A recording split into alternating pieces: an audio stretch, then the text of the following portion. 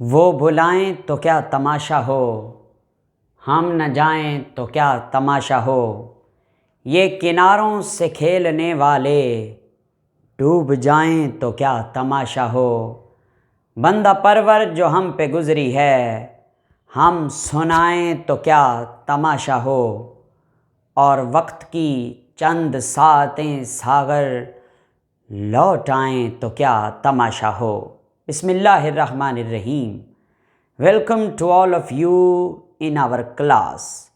आज हम chemistry first year का चैप्टर नंबर 5 को छेड़कर उसका टॉपिक रदरफोर्ड एटॉमिक मॉडल, या जिसका दूसरा नाम है डिस्कवरी ऑफ न्यूक्लियस, उसे डिस्कस कर रहे हैं। तो स्टूडेंट्स, ये वो लेक्चर है जिनमें बच्चे 9th वाले भी फ़ायदा ले सकते हैं और फर्स्ट ईयर वाले भी। मैंने इस लेक्चर को इस तरह से अरेंज किया है कि इसमें होने वाली तमाम बातें रदरफोर्ड के ज़िम्मा में आती हैं। तो आइए शुरू करते हैं आज का लेक्चर।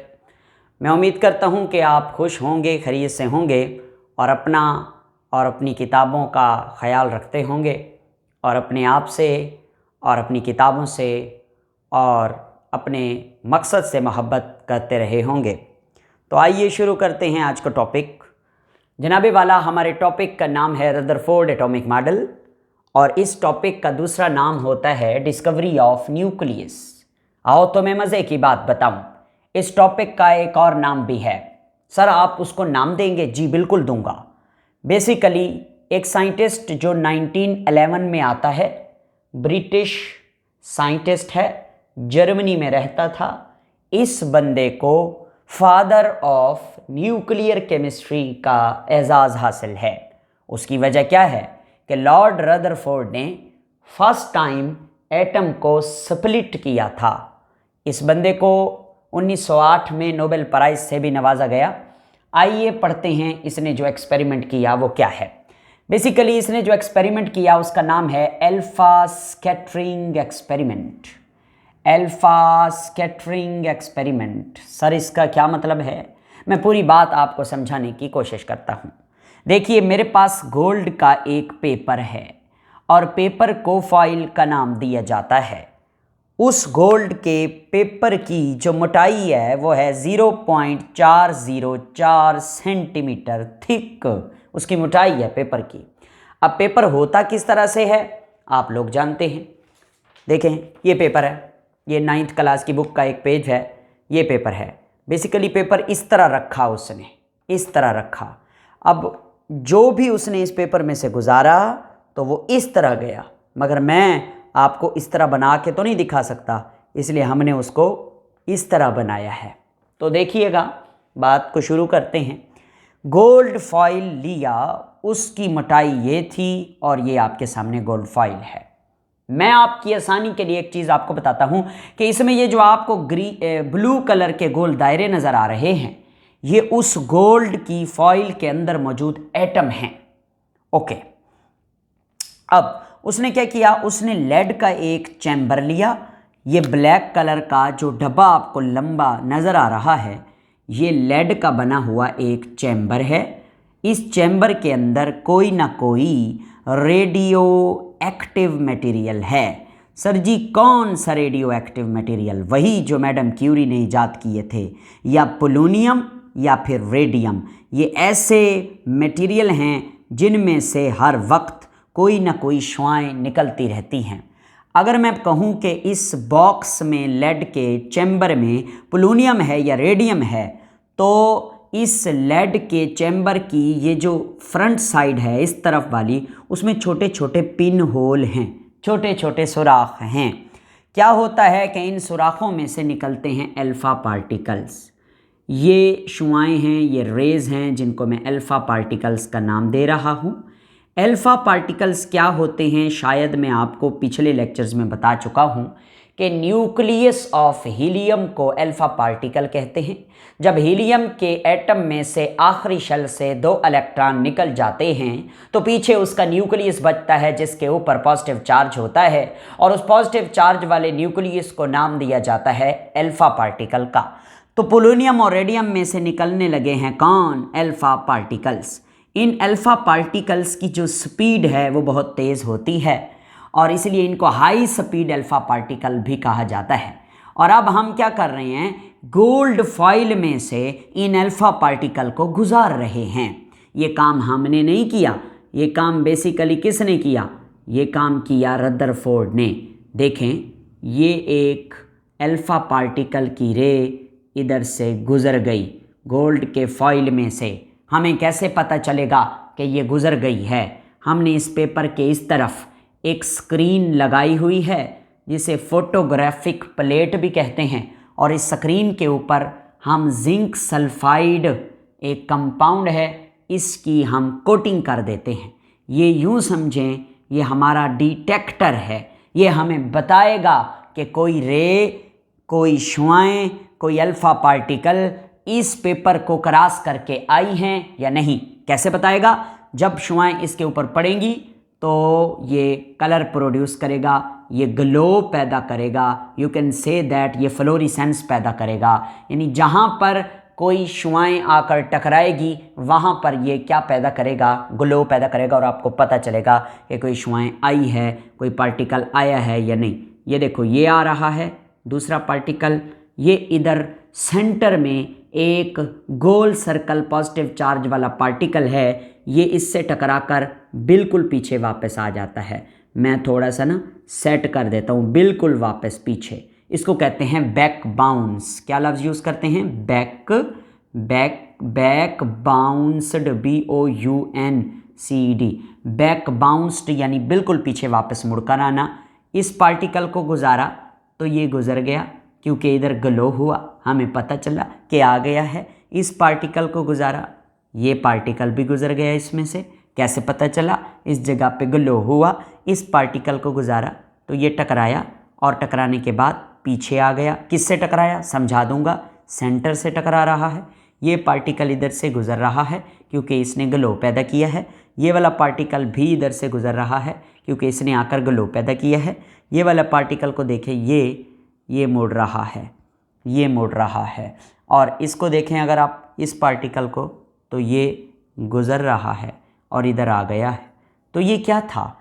इसको कहते हैं alpha scattering experiment performed by first time mister Lord Rutherford. तो इसमें हम अल्फा पार्टिकल्स को स्कैटर कराते हैं। अल्फा पार्टिकल्स को फॉइल ऑफ गोल्ड में से गुजारते हैं और पार्टिकल्स मैक्सिमम जो पार्टिकल्स हैं वो इसमें से गुजर जाते हैं। कुछ पार्टिकल डिफ्लेक्ट होते हैं लार्ज एंगल के ऊपर। ये देखो, ये मैं कलर चेंज करता हूँ, ये देखें, ये डिफ्लेक्ट हुआ है, डिफ्लेक्शन यानी टकराना और टकराकर अपना एंगल चेंज करके मुड़ना पीछे की जानिब, ये एंगल बना रहा है। देखो, इसे कहते हैं डिफ्लेक्शन। ये भी क्या है? डिफ्लेक्शन है। मगर इसको अगर आप देखें तो ये डिफ्लेक्शन नहीं है बल्कि इसको कहते हैं बैक बाउंस्ड या बाउंस्ड बैक, यानी यूं जाकर टकराना और जिस डायरेक्शन में गए वापस उसी डायरेक्शन में आना। ओके, अब इस पूरे एक्सपेरिमेंट से जो ऑब्जर्वेशंस, जो मुशाहिदात निकले वो क्या थे? रदरफोर्ड कहता है कि मैंने जब देखा तो मुझे ये नज़र आया कि most of the particles passed through paper. Most of the particles इस गोल्ड फॉइल से क्या हुए हैं? गुजर गए हैं। मिसाल के तौर पर उसने कहा कि अगर मैं 2000 पार्टिकल डालता हूँ, अल्फ़ा पार्टिकल 2000, तो इसमें से बहुत सारे जो हैं वो गुज़र जाएंगे, पास कर जाएंगे, फ्यू डिफ्लेक्ट होंगे लार्ज एंगल के ऊपर। ये है डिफ्लेक्शन यानी कि टकराना और एंगल चेंज करके पीछे की जानिब मुड़ जाना। और वेरी फ्यू, बहुत कम, 1 या 2 बैक बाउंस्ड हो जाएंगे यानी सेंटर से टकरा कर बिल्कुल पीछे वापस चले जाएंगे। तो ये उसने ऑब्जर्वेशन की। ऑब्जर्वेशन से जो बात उसको समझ आई वो मैं जनाब को समझाता हूँ। उसने कहा कि मुझे इस एक्सपेरिमेंट से ये समझ आती है कि एटम का ज़्यादातर जो पार्ट है वो एम्प्टी है, वो खाली है, उसमें कुछ नहीं है। क्यों? क्योंकि ज़्यादातर पार्टिकल्स इसमें से गुजर गए हैं एटम्स में से। अगर एटम के अंदर कोई चीज़ होती ज़्यादा तो ये पार्टिकल्स गुजरते ना, बल्कि ये पार्टिकल्स सारे के सारे पीछे चले जाते, बैक बाउंस हो जाते या डिफ्लेक्ट हो जाते। मगर वो कहता है लार्ज पार्ट जो है ना, लार्ज पार्ट, ज़्यादातर एटम का जो हिस्सा है वो एम्प्टी है, रास्ते में कोई रुकावट नहीं है अल्फा पार्टिकल के।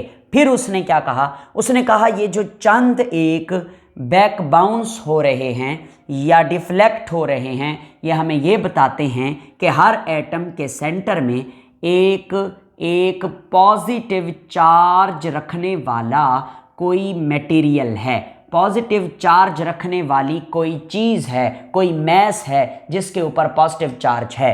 तो फिर उसने कहा कि हर एटम के सेंटर में एक ऐसी डेंस भारी चीज़ होती है जिसके ऊपर पॉजिटिव चार्ज होता है, और मैं इसको नाम देता हूँ न्यूक्लियस का। कौन? मैं नहीं, रदरफोर्ड कहता है मैं इसको नाम देता हूँ न्यूक्लियस का। क्यों? क्योंकि इसके ऊपर पॉजिटिव चार्ज है, जो पार्टिकल मैंने डाले हैं उनके ऊपर भी पॉजिटिव चार्ज है। तो जब पॉजिटिव चार्ज पार्टिकल पॉजिटिव से टकराते हैं तो वो बैक बाउंस हो जाते हैं, डिफ्लेक्ट हो जाते हैं, मुड़ जाते हैं, वापस को आ जाते हैं। समझ आ गई? ओके। तो अगली बात वो क्या करता है कि मैंने न्यूक्लियस को डिस्कवर किया और कहता है लोकेशन ऑफ न्यूक्लियस कहाँ है। वो कहता है एटम के सेंटर में न्यूक्लियस पाया जाता है। ठीक। उसके बाद उसने कहा कि जो बैक बाउंस होकर वापस आई है पार्टिकल, वो ये बताती है कि एटम का न्यूक्लियस बहुत सख्त है, डेंस है, भारी है, हार्ड है, क्योंकि उससे टकराने के बाद फ़ौरन वापस आई है पार्टिकल। ओके। फिर वो कहता है क्योंकि 2, 3, 4 पार्टिकल बैक बाउंस हुए हैं या डिफ्लेक्ट हुए हैं, इससे ये जाहिर होता है कि एटम में वो जो न्यूक्लियस है, जो सेंट्रल पार्ट है, वो वेरी स्मॉल साइज़ का है, बहुत छोटे साइज़ का है। अगर ये बड़े साइज़ का होता तो ज़्यादा पार्टिकल टकराने के बाद वापस आते, क्योंकि कम पार्टिकल टकराने के बाद वापस आ रहे हैं। इसका मतलब ये है कि सेंट्रल पार्टिकल, सेंटर वाला न्यूक्लियस बहुत स्मॉल साइज़ का है, क्योंकि बहुत कम, वेरी फ्यू पार्टिकल्स डिफ्लेक्ट या फिर बैक बाउंस हुए हैं। उसके बाद वो कहता है जो मैस ऑफ एटम होता है ना, किसी एटम का जो मैस होता है वो वही होता है जो उस एटम के न्यूक्लियस का मैस होता है। यानी एक एटम के न्यूक्लियस का मैस है 1 AMU फर्ज करें, तो उस एटम का भी जो मैस होगा वो 1 AMU होगा। क्यों? क्योंकि हर एटम का मैस उसके न्यूक्लियस के मैस पर डिपेंड करता है। जो मैस न्यूक्लियस का होगा वही मैस एटम का होगा। ओके। अब वो कहता है कि इलेक्ट्रॉन जो कि नेगेटिव पार्टिकल्स हैं, जो डिस्कवर ऑलरेडी हो चुके थे, दे रिवॉल्व अराउंड द न्यूक्लियस। ये न्यूक्लियस के गिर्द घूमते हैं, ये न्यूक्लियस के गिर्द दायरों में सर्कुलेट करते हैं, घूमते हैं, रिवॉल्व करते हैं। और ये बात प्लम पुडिंग थ्योरी में नहीं बताई गई थी। इस बंदे ने आकर प्लम पुडिंग थ्योरी को रिजेक्ट किया। तो प्लम पुडिंग थ्योरी क्या कहती थी? वो कहती थी कि ये जो है ना जनाबे वाला एक एटम है, इस एटम के अंदर जो है ना सारे के सारे क्या हैं, सारे के सारे ना पॉजिटिव पार्टिकल हैं, पॉजिटिव पार्टिकल हैं, और कहीं कहीं पर जो है ना नेगेटिव पार्टिकल स्टक हैं, चिपके हुए हैं, जैसे वो हम देख रहे होते हैं तरबूज में कि सारा रेड होता है, फिर उसमें कहीं कहीं बीज होते हैं। तो ये खैर हमारा टॉपिक नहीं है प्लम पुडिंग थ्योरी, तो मैं ये बता रहा हूँ कि मिस्टर रदरफोर्ड ने हमें बताया कि electron revolve around the nucleus. फिर वो कहता है कि ये मेरा जो मॉडल है, मैं उसमें ये बताता हूँ कि जो एटम होता है वो प्लेनेटरी होता है। हमने पूछा प्लेनेटरी क्या होता है? उसने कहा जैसे ये सन है, ये सूरज है, और इसके गिर्द दायरों में प्लैनेट, सितारे घूम रहे हैं। इसी तरह सेंट्रल में एक छोटा सा न्यूक्लियस होता है एटम के, और उसके गिर्द गोल दायरे होते हैं। नहीं, बल्कि इसने ये नहीं बताया था कि प्रॉपर गोल दायरे होते हैं, ना, इसने ये नहीं बताया था। इसने सिर्फ यही कहा था कि न्यूक्लियस के गिर्द इलेक्ट्रॉन जो है वो रिवॉल्व करता है। ठीक है, ओके। उसके बाद उसने कहा एटम जो है वो एज अ होल न्यूट्रल होता है। क्यों? क्योंकि एटम के न्यूक्लियस में होते हैं पॉजिटिव पार्टिकल जिनको प्रोटॉन कहते हैं, और एटम के बाहर होते हैं नेगेटिव पार्टिकल्स जिनको इलेक्ट्रॉन कहते हैं, प्रोटॉन और इलेक्ट्रॉन की तादाद जो है वो बराबर होती है, इसलिए एज अ होल एक एटम न्यूट्रल होता है। और अगली बात, वो सब एटॉमिक पार्टिकल जो न्यूक्लियस में पाए जाते हैं उन्हें न्यूक्लियॉन्स कहते हैं। Present in nucleus are called nucleons. और मैं आपको बता दूं, प्रोटॉन और न्यूट्रॉन इन्हें न्यूक्लियॉन्स कहते हैं, और इलेक्ट्रॉन तो एक्स्ट्रा न्यूक्लियर पार्टिकल हैं, वो तो न्यूक्लियस में नहीं है, इसलिए उनको न्यूक्लियॉन्स नहीं कहते। अगर मैं ज़्यादा बेहतर तरीके से बताऊं तो इलेक्ट्रॉन्स के अलावा जितने भी सब एटॉमिक पार्टिकल हैं तमाम के तमाम न्यूक्लियस के अंदर होते हैं और उन सब को न्यूक्लियॉन्स कहते हैं। ये उसने अपने रिजल्ट्स में हमें बताया है। अब हम इस मॉडल के डिफेक्ट्स पे गौर करते हैं कि इस मॉडल में बताई जाने वाली कौन सी बात रॉन्ग है, गलत है। पहली बात तो ये है कि ये जो रदरफोर्ड था इसने क्लासिकल थ्योरी ऑफ रेडिएशन पढ़ी हुई थी। क्लासिकल थ्योरी ऑफ रेडिएशन क्या होती है? क्लासिकल थ्योरी ऑफ रेडिएशन ये होती है कि जो रेज होती हैं, जो लाइट होती है, जो रेडिएशंस होती हैं, वो कॉन्टीन्यूसली हर वक्त कॉन्टीन्यूसली मैनर में मूव करती रहती हैं। कॉन्टीन्यूसली मैनर में यानी हर वक्त लाइट जो है ना वो मूव करती रहती है, सफ़र करती रहती है विद कॉन्टीन्यूस मैनर। अगले टॉपिक में मैं इसको एक्सप्लेन भी करूँगा। मगर वो कहता है जो इलेक्ट्रॉन्स हैं वो हर वक्त न्यूक्लियस के गिर्द रिवॉल्व करते हैं, कॉन्टीन्यूसली रिवॉल्व करते हैं और हर वक्त ही रिलीज़ करते रहते हैं। क्या? एनर्जी। हर वक्त एनर्जी रिलीज़ करते रहते हैं और हर वक्त न्यूक्लियस के गिर्द घूमते रहते हैं। ये बात किसने कही? ये बात कही रदरफोर्ड ने। और मगर उसने कहा कि बेसिकली ये है कि एक इलेक्ट्रॉन जब मुसलसल घूमता है न्यूक्लियस के गिर्द तो वो एनर्जी भी मुसलसल निकालता है। तो जैसे जैसे वो एनर्जी निकालता जाएगा न्यूक्लियस के करीब करीब आता जाएगा, एक वक्त ऐसा आएगा कि वो न्यूक्लियस में गिर पड़ेगा, तो एटम कोलैप्स हो जाएगा, ख़त्म हो जाएगा, तबाह हो जाएगा। ये बात उसने की थी। किसने बोला? रदरफोर्ड ने। अच्छा, हमारी फर्स्ट ईयर की बुक में क्या लिखा हुआ है? फर्स्ट ईयर की बुक में लिखा हुआ है कि ये इलेक्ट्रॉन जो है ये हर वक्त रिवॉल्व करता रहता है, ये एक जगह पे टिक कर नहीं रहता। अगर ये एक जगह पर टिक कर रहेगा तो इसको न्यूक्लियस खींच लेगा और न्यूक्लियस इसको पॉजिटिव चार्ज होने की वजह से खींच लेगा, क्योंकि न्यूक्लियस पर पॉजिटिव चार्ज है, और वो इलेक्ट्रॉन इसमें आकर गिरेगा। तो इसलिए एक जगह पे ठहरता नहीं है एटम, बल्कि मुसलसल रिवॉल्व करता रहता है। ठीक, मगर दूसरी बात क्या बताई गई कि जब मुसलसल रिवॉल्व करता है तो मुसलसल एनर्जी रिलीज़ करता है। तो जब मुसलसल एनर्जी रिलीज़ करेगा तो एटम की एनर्जी तो रहेगी नहीं और वो आकर एटम न्यूक्लियस के अंदर इलेक्ट्रॉन गिर जाएगा। ठीक है, तो ये बात उसने बताई थी रदरफोर्ड ने, और ये बात गलत है। ऐसा नहीं होता, क्योंकि इस तरह से तो एटम का स्ट्रक्चर ही बर्बाद हो रहा है। हमने बर्बाद तो नहीं करना। इसके मुताबिक तो एटम एक स्टेबल चीज़ ही नहीं है, एटम अनस्टेबल है। तो इसने कहा एटम अनस्टेबल है, मगर ऐसा होता नहीं है। तो ये वाली बात इसकी गलत थी। दूसरी बात इसने क्या की कि जब कॉन्टीन्यूसली एनर्जी रिलीज़ हो रही है तो उसका जो स्पेक्ट्रम बनता है वो भी कॉन्टीन्यूअस स्पेक्ट्रम होता है। अब ये स्पेक्ट्रम क्या होता है? आप लोग दिल का ECG करवाते हैं ना, तो ये इस तरह से पीक्स आती हैं, इसको स्पेक्ट्रम कहते हैं। अब ये कॉन्टीन्यूअस है, मुसलसल चल रहा है, कहीं पे ब्रेक नहीं हुआ, टूटा नहीं है, इसलिए इसको कॉन्टीन्यूअस स्पेक्ट्रम कहते हैं। ठीक है, तो कॉन्टीन्यूअस स्पेक्ट्रम क्या होता है? जब मुसलसल लाइट निकले ना, तो मुसलसल उस लाइट के निकलने का जब आप स्पेक्ट्रम बनाते हैं किसी मशीन से तो वो कॉन्टीन्यूअस आता है। ये बात रदरफोर्ड करता है। मगर एक्चुअली जब एटम को स्टडी किया गया आने वाले फ्यूचर में, तो एटम का जो स्पेक्ट्रम निकला वो कॉन्टीन्यूअस नहीं था, बल्कि क्या था? Line spectrum. यूट्यूब पे मेरा स्पेक्ट्रम के ऊपर टॉपिक मौजूद है, मैंने ये लेक्चर दिया हुआ है ऑलरेडी। 3-4 आर्टिकल के बाद इसी चैप्टर में स्पेक्ट्रम को भी पढ़ाया जाता है, वो मैंने ऑलरेडी यूट्यूब पे अपलोड किया हुआ है। Thank you very much. ये वो बातें थी जो बातें हमने आपको बताई रदरफोर्ड के मुताबिक। मैंने कोशिश की है, आप सब लोग लेक्चर सुन रहे हैं और इस वक्त बजे हैं रात के 12, तो मैं आपके सामने लेक्चर अपलोड कर रहा हूँ। और तो कोई बात नहीं करनी मैंने आपसे। अगले टॉपिक्स में मिलते हैं। Thank you.